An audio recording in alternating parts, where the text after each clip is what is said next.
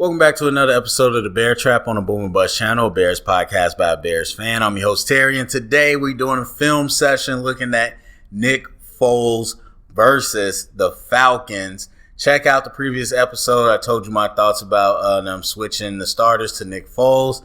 But as I said in my recap and in that reaction, we're going to go to the film and we're going to see what's what. I already said mine. Even back when I did the film comparing Foles and Trubisky in the offseason, when I reacted to the trade for Nick Foles, I said all those times, look, I think Nick Foles has some tools that Trubisky doesn't have, and I think he's a better option. And so what we saw was no shock to me, but also I want to go to the film and really break down what we see him, because obviously on paper it sounds good. 3 touchdown comeback. Oh my God, Trubisky sucks so bad. Nick Foles is so great. But we go to the film, we are objective about it, and then we'll see what happens there. So with all that being said, let's go ahead and get it started. I paused because I'm like, man, they got the penalties on the play description. So all this time I could have known ahead of time if it was a penalty or not. But anyway, let's back up. So this is 2nd and 6, 9 something in the third. Obviously all these will be in the second half. We got 16 completions. So we're basically going to see kind of the comeback. All right, so pretty simple first play. Just a little curl route, just settling down into zone coverage. And really this is a stress situation for that zone defender. So you're going to either cover Jimmy Graham or you're going to cover Anthony Miller. And obviously I think this is a look that they knew they were getting, because typically linebackers don't vacate like that, but that's what they did. So they have like this little split cover 3. Oh, no, this is Tampa 2. Deep middle. Whatever. I don't like that. But anyway, the slot defender had to make a choice. And Nick Foles just hit them where they ain't. That's one of my mentor's favorite sayings for offense. Hit them where they ain't. So he's vacating. The slot defender went with Anthony Miller. That's easy. Pitch and catch. So that's a first down. All right, so 2nd and 10. Let's see. We are still down. I couldn't see how much we're down, but we only got 10 points at this point. So trips. We do a screen. Oh, I thought Tariq Cohen got hurt earlier for some reason. I was like, who is that running that fast? I don't think anything special here. I do like, obviously it takes patience with a screen, but I like that he wasn't like retreating back, that he kind of looked it off and then went the other way. That was just nice. All right, so 2nd and 11. So we're down 16 points right now. 2nd and 11, towards the end of the third, backed up in our own territory. Play action from under center. Just a check down right there. So looking at our options, we got 12 personnel. Looks like a 3-man route, and then the running back comes out the backfield. That's interesting, because I think you had some shots. So it's a cover 2 look. And so you got the cornhole, as they say. Tougher throw, but you got that. But this skinny post versus cover 2, that is wide open, bro. That is wide open. And then when the safety takes the vert, you also got the Y route as well. So it's a couple yards.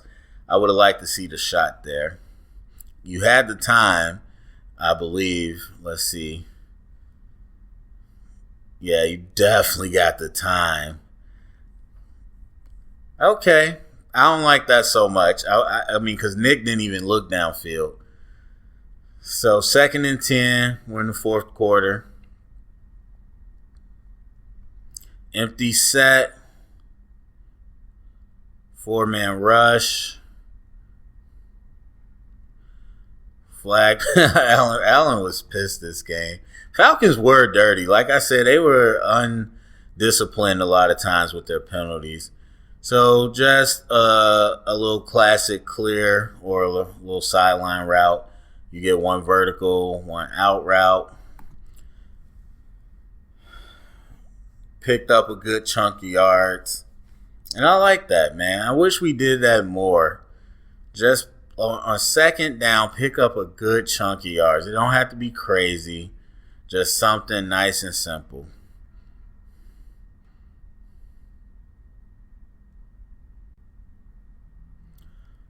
First and 10, so we're on a 40. We're driving. 2x2. And you see Foles take the hit with that one, still deliver the throw. That's one thing that he did multiple times, but we all knew coming in he was good for that, throwing a touchdown on his injury. So a clear route, a little drag. That's a clear route. I mean, you got a number of options right there, really. I actually don't know if I would have did that. Early on, maybe. But, I mean, usually you're looking for man coverage with this to get this open, but this is clearly a zone. So you got Jimmy there. Nothing's over here. But it's not bad. Not a bad option on 1st down. Just get the ball to the playmakers. Let them try to make a play. See. I mean, pass pro's pretty, well, not really. I mean, it was all right, but Grady Jarrett, he won that match. 3rd and 8, money down. This comeback all did happen like really quickly. So empty set, looks like a 4-man rush.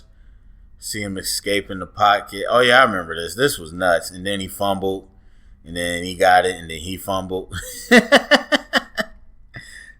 I mean, really, let me see the routes, because this was, to me, I'm like, wow, why'd you throw that?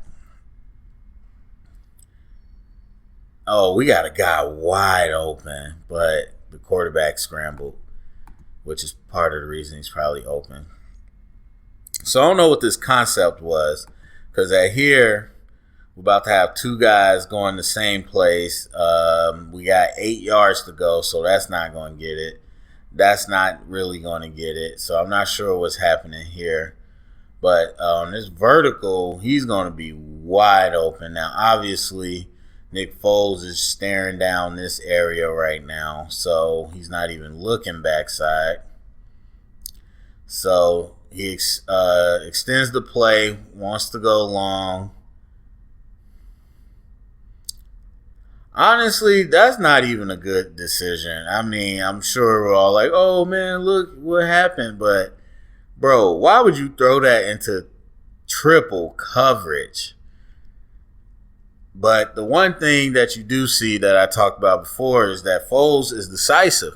He knows where he wants to go pre-snap. Now, that's good, but you also have to be able to adjust your progression if it's not there. But at least you got a guy that is understanding where he wants to take his shot. But yeah, once he starts to scramble, that takes away everything else backside.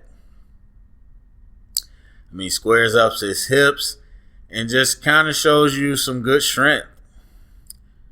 It's funny because I heard somebody, I wish I remember who it was. I think it was Colin Cowherd, said that Trubisky was a weak-armed quarterback. I'm like, okay, Trubisky's a lot of things, but let's not say he's a weak-armed quarterback, bro. Really, Trubisky can throw the ball. It's just not accurate.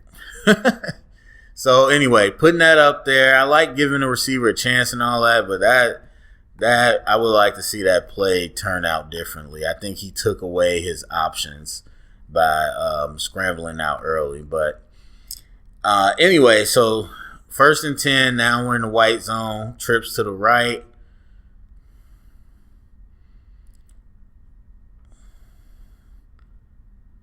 Looks like, I don't know what type of screen that was supposed to be. I don't like it.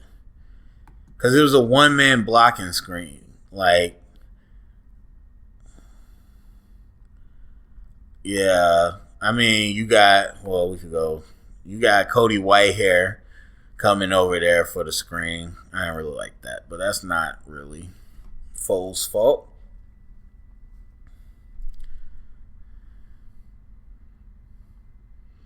Looks like we getting some work on this pass rush. Not that they getting beat off the snap, but definitely looks like a lot of activity.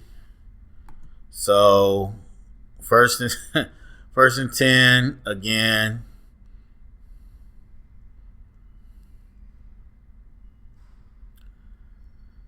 All right, so just a little bubble.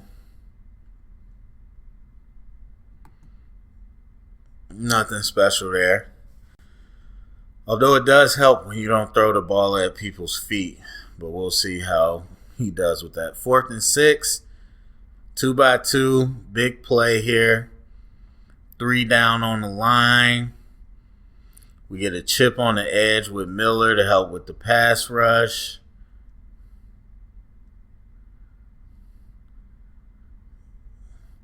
See, and now that's a throw that I honestly thought he could have made earlier as well to Jimmy Graham. But I like it here. He had good protection. They only rushed 3. So with that protection, I think understanding where he can go with this ball. I mean, you got like 5 defenders over here. So, but yes, I just think that's a good decision. Obviously, well-timed, accurate throw. The delivery was nice, but the decision is what really stands out to me. Being able to scan the field and then make that play, rather than trying to scramble around and just hope something opens up. Understanding the concept and attacking it. And there's nothing wrong with extending the play, but I like the pocket pass better. So 1st and 9 in the white zone. See, 12 personnel, dumps it down. I mean, David Montgomery doing work to get himself in position. I mean, that's good coverage. I didn't know if they were going for a pick route there, but I don't think so. Good decision there. And then, playmaker makes the yards after the catch. So 3rd and 3. We got bunch trips. A little motion. Now, this one to me is easy. I wouldn't say everybody could make the throw, but I think most quarterbacks make that throw. Jimmy just really boxes out. Give him a chance and let him do his work. That's what tight ends are there for. So that one in particular, I'm like, okay, yeah, that's that's what you do with red zone threats.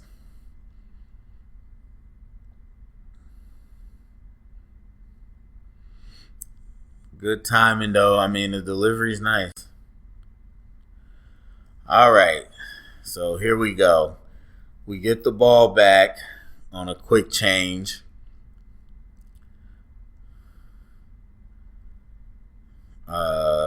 Quick strike here. Trips to the right.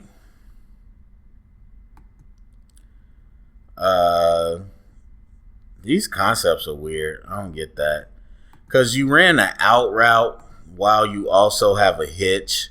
That just doesn't make sense to me. Because they're going to run into each other. But anyway, quick hitter to Jimmy Graham. Second and 6. Trips left this time.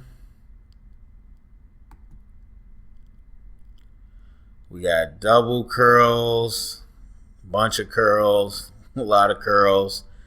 And same thing, just rebounding. Oh, well, Allen Robinson made this whole play, but let's go back. Just reading the zone, and really they played it like man, so everybody matched up. And when you got man, these curls just becomes boxing them out. And unlike last week, which I don't think Allen really attacked this ball, but I still think the timing was better, unlike last week where it was almost intercepted. And then Allen Robinson just does the rest.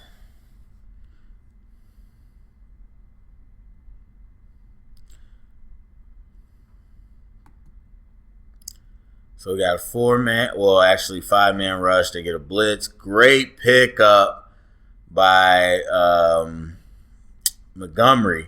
I mean, Leno loses his man late and forces Foles to throw through pressure. But if Montgomery doesn't pick that blitz up, this play doesn't happen.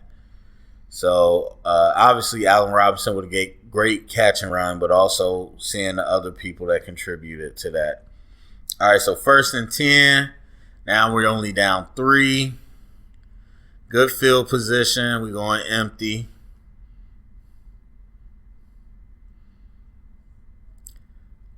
And again, good. It's just a good. I would say it's a different rhythm. That's what I would say. Than Trubisky, it's a different rhythm where it just seems a little more on time, and part of that is the ability to process pre-snap, to see what they're giving you, especially throughout the game, and then understand where they're going. Also, let me correct myself. I thought Deion Jones was out. He was playing.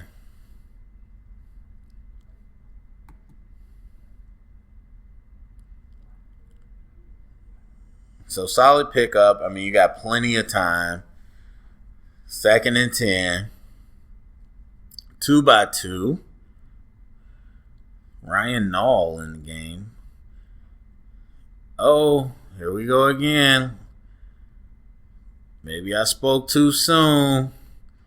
These deeper now routes. Did he go to the feet just like Trubisky? Darn near. I mean, we just need to stop throwing those. I mean, because honestly, those became popular because you could sidearm it like baseball throw. But if we don't got the guys, then we don't got the guys. We never really get yards on those.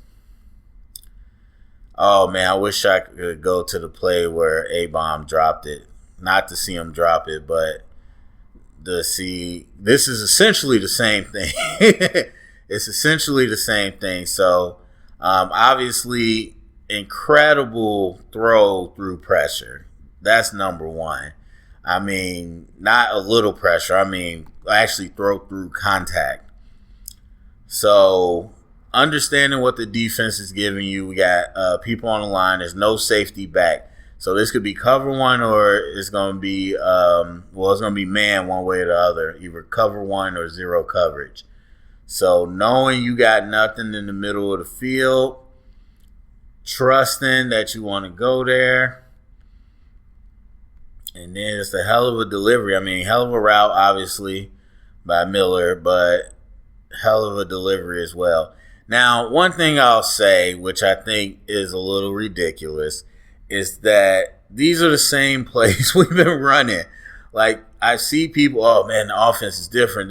Like, it may be going forward. I still don't think it will be. Maybe they might change things up. But as of this game, they did not change up what they were calling. Like, these are all concepts we've ran before. And that's a little bit of an issue by Montgomery. Not that he isn't picking up blocks well, but it's just communication. We saw this all game. I mean, you got to go inside out. Most dangerous man. So you got to be able to see that. but I don't know what protections they call, but essentially you want to go inside out. But either way, Foles making a great play, man. That's a hell of a throw. There's not much you can say about that. Oh, and I guess that's it. I thought he had more, but anyway. So that's Nick Foles on the comeback against the Atlanta Falcons. I thought he had 3 touchdowns. Did I miss one? He threw the one to Jimmy. Oh yeah, Allen Robinson broke one. So, yep, that is 3 touchdowns. But anyway, that's him coming back against the Falcons. Nothing different than what I expected to see. These are all things that I talked about over the summer. This is stuff that I saw live. Just the decision making is a lot quicker, which puts the rhythm together a lot better. And so, that's what you got. I think Foles, obviously, you lack the mobility. I don't think his arm is as wired as Trubisky's is, but you get the pros of the decision making. You get the pros of the ability to read the defense quicker and being more decisive. So, and the ability to throw through the pass. I don't think that's a small feat for any quarterback, but particularly when you compare it to Trubisky, where Trubisky, a lot of times when he's throwing against pressure or contact, his accuracy is completely off, where it's not even in the vicinity. But with Foles, as you've seen multiple times, he's able to still deliver an accurate pass through that contact. And that starts with mechanics and as well. I don't think his mechanics are perfect, but his mechanics are a little different and tighter than Trubisky. So that is, just understanding how to shift power from your base through your arm.